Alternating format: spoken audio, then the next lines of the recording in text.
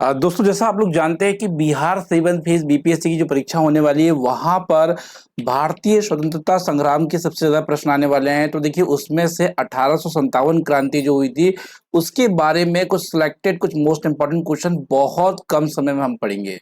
तो चलिए आइए स्टार्ट करते हैं। देखिए, आज का जो पहला प्रश्न आपको दिख रहा है कि किस विद्रोह को प्रथम स्वतंत्रता संग्राम कहा गया था। देखिए, हमारे भारतवर्ष का जो पहला स्वतंत्रता संग्राम था, उसे 1857 के विद्रोह या 1857 की क्रांति को कहा गया था। दूसरा प्रश्न निकल कर आता है, वर्ष 1857 का विद्रोह कहां से शुरू हुआ। तो देखिए, सबसे पहले स्टार्ट होता है ये मेरठ से। कहां से होता है? मेरठ से होता है। 1857 का विद्रोह किसके शासन काल में हुआ था और किसके खिलाफ हुआ था? देखिए, उस समय अगर यहाँ पे लॉर्ड की हम बात करेंगे तो जो कैनिंग है, ये लॉर्ड कैनिंग के समय हुआ था। और किसके विरुद्ध में हुआ था? तो ये ब्रिटिश शासन के विरुद्ध में हुआ था, ये याद रखना है।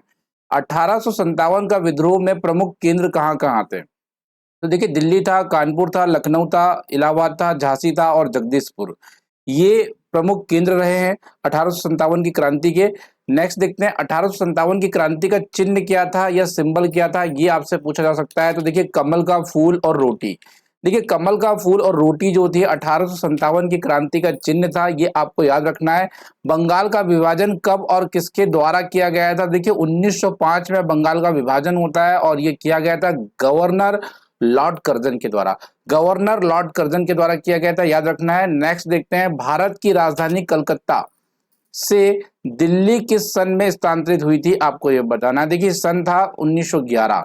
हालांकि आपसे सवाल रहेगा किसने किया था। भारत की राजधानी कलकत्ता से दिल्ली स्थानांतरित किसने किया था? कमेंट बॉक्स में आप लिखकर जरूर बताएंगे। हम आगे जाकर देखें तो भारत में क्रांतिकारी गतिविधियों पर रोक लगाने के लिए 1919 में एक एक्ट पास किया गया था। उस एक्ट को क्या कहा जाता है? देखिए, उस एक्ट को कहा जाता है रोल्ट एक्ट, और इसे भारतीयों ने काला कानून भी बताया हुआ था, ये भी आप याद रखेंगे। नेक्स्ट देखते हैं, कोलकाता में हिंदू कॉलेज वेदांत कॉलेज की स्थापना और सती प्रथा का अंत किसके प्रयासों के द्वारा हुआ था? देखिए, आप सभी जानते हैं कि राजा राम मोहन राय जी के प्रयासों के द्वारा सती प्रथा का अंत हुआ था और कोलकाता में इस कॉलेज की स्थापना हुई थी। 1856 में विधवा पुनर्विवाह कानून किसके प्रयासों से बनाया गया था? तो ये प्रश्न आता है ईश्वर चंद्र विद्यासागर के प्रयासों से विधवा पुनर्विवाह कानून बनाया गया था। भारतीय राष्ट्रीय कांग्रेस की स्थापना का श्रेय किसे जाता है? ए ओ ह्यूमो को अगर आप देखेंगे तो भारतीय राष्ट्रीय कांग्रेस का स्थापना का श्रेय जाता है। भारत के प्रथम भारतीय गवर्नर जनरल कौन है? ये गोपालचारी जी हैं। सी राजगोपालचारी जी आप कह सकते हैं। भारतीय स्वतंत्रता की घोषणा किस ब्रिटिश प्रधानमंत्री ने की थी? तो ये की थी आपकी क्लीमेंट एटली ने। आगे चलेंगे, यहाँ पे फ्रंटियर गांधी किसे कहा जाता है? फ्रंटियर गांधी किसे कहा जाता है? तो ये कहा जाता है अब्दुल अब्दुल गफ्फार खां जी को। अब्दुल गफ्फार खां को कहा जाता है, ध्यान रखिएगा। कायदे आजम किसे कहा जाता है? आपने सुना होगा यहाँ पे शहीद आजम, ये है कायदे आजम। तो कायदे आजम जो होता है मोहम्मद अली जिन्ना को कहा जाता है, ध्यान रखिएगा। लोगों में राष्ट्र प्रेम की भावना जगाने के लिए शिवाजी तथा गणपति महोत्सव का आयोजन किया था। तो ये किसके द्वारा किया था? तो ये किया था हमने बाल गंगाधर तिलक के द्वारा।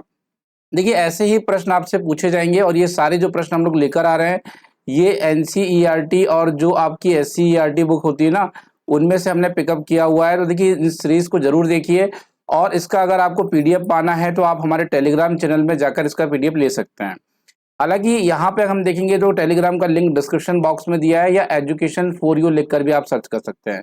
आगे हम चलें तो काशी हिंदू विश्वविद्यालय की स्थापना किसके द्वारा की गई थी? तो ये की गई थी मदन मोहन मालवीय के द्वारा स्थापना की गई थी। नेक्स्ट देखते हैं, समाज में अछूत प्रथा को भाई समाप्त किसने किया था? ये सभी जानते हैं, डॉक्टर भीमराव अंबेडकर।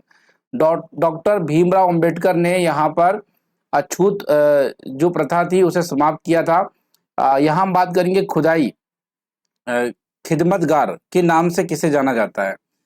खुदाई खिदमतगार के नाम से किसे जाना जाता है? तो ये जाना जाता है खान अब्दुल गफ्फार खां जी को।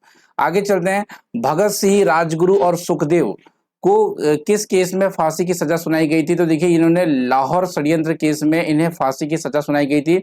जब भारत को स्वतंत्रता मिली तो उस समय ब्रिटेन किस पार्टी की सरकार थी? तो उस समय थी श्रमिक दल का सरकार। देसी रियासतों के एकीकरण के लिए कौन उत्तरदायी था? तो देखिए, देसी रियासत का जो एकीकरण किया था वो किया था सरदार वल्लभ भाई पटेल ने।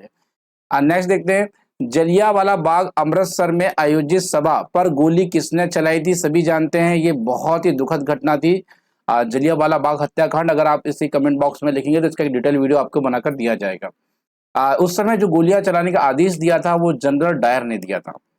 जनरल डायर जलियांवाला बाग हत्याकांड से जुड़े कि किस हत्या किसने की थी? तो देखिए, यहाँ पे जो जनरल डायर की हत्या थी वो उधम सिंह ने की थी। उधम सिंह ने की थी, ये याद रखना है। जलियांवाला बाग हत्याकांड कब हुआ था? तो ये हुआ था 1919 में, 13 अप्रैल 1919 में हुआ था। आगे हम चलेंगे तो चोरी चोरा कांड कब और कहाँ होता है? तो देखिए, ये होता है 5 फरवरी 1922 को गोरखपुर यूपी में जिले में आप ये चोरी कांड होता है, ये ध्यान रखेंगे आप लोग। आगे चलते हैं हम लोग। साइमन कमीशन भारत कब आया था? तो 1927 में आया हुआ था।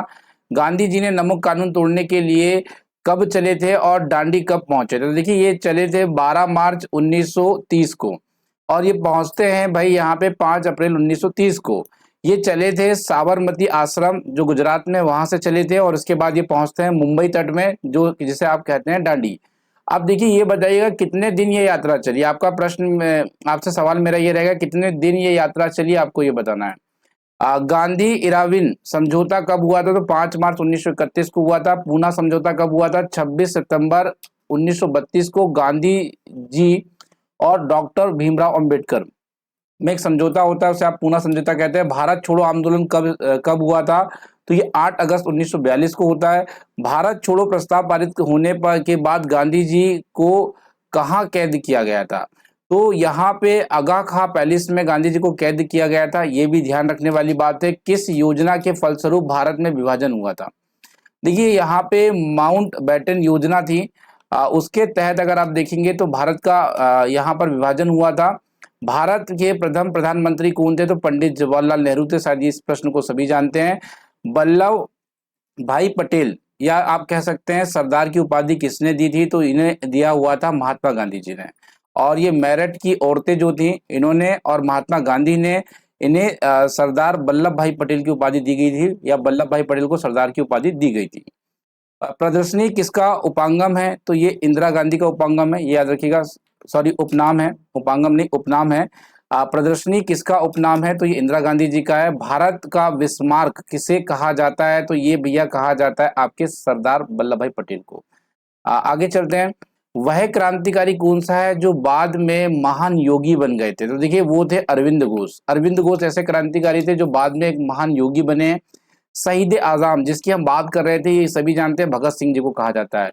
रानी लक्ष्मीबाई की समाधि किस नगर में है? तो ये आपको देखने को मिलती है ग्वालियर में। ग्वालियर में देखने को मिलती है। मुस्लिम लीग ने सर्वप्रथम किस वर्ष मुसलमानों के लिए पृथक राष्ट्र की मांग की थी? तो देखिए, 1940 में मुसलमानों के लिए अलग राष्ट्र की मांग रखी जाने लगी थी। आगे चलते हैं। प्रथम स्वाधीनता संग्राम के समय भारत के गवर्नर जनरल कौन थे? तो लॉर्ड कैनिंग ही थे, याद रखें। भारत की यात्रा पर आने वाले पहले ब्रिटिश सम्राट कौन थे? तो वो थे जॉर्ज पंचम। जॉर्ज पंचम थे। भारत की यात्रा में आने वाले पहले ब्रिटिश सम्राट कौन थे? जॉर्ज पंचम। याद रखना है। भारत को स्वतंत्रता कब मिली थी? 15 अगस्त 1947 को मिली थी। स्वामी विवेकानंद ने विश्व धर्म सम्मेलन का संबोधन किया था 1983 में, सॉरी 1893 में किया था, 1893 में किया था। Note down this things. Congress के किस अधिवेशन में हिंदी को सर्वप्रथम राष्ट्रभाषा के रूप में प्रस्तुत किया गया था? तो ये किया गया था बेलगांव में 1924 को, 1924 में ये किया गया था। नेक्स्ट अगर हम देखें तो भारतीय राष्ट्रीय कांग्रेस की प्रथम महिला अध्यक्ष कौन थी? भैया एनी बेसेंट, सभी जानते हैं इस चीज को और याद भी रखिएगा। बारदोली आंदोलन किसके नेतृत्व में हुआ था? तो ये हुआ था सरदार वल्लभ भाई पटेल।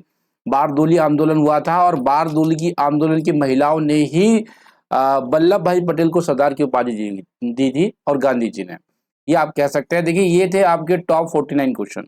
कैसे लगे कमेंट बॉक्स में जरूर बताइएगा प्यारे मित्रों, और अगर अच्छे लगे तो वीडियो को लाइक करिएगा। टेलीग्राम अगर आपको पीडीएफ चाहिए तो टेलीग्राम पे जाइए, एजुकेशन फॉर यू सर्च करिए। सर्च करने के बाद आप यहाँ पर हमसे जुड़ सकते हैं और रोजाना अगर आप क्लास देखना चाहते हैं प्यारे मित्रों तो सुबह 11 बजे आपको फ्री ऑफ कॉस्ट क्लास मिल रही है, वो आप लोग जरूर देखें।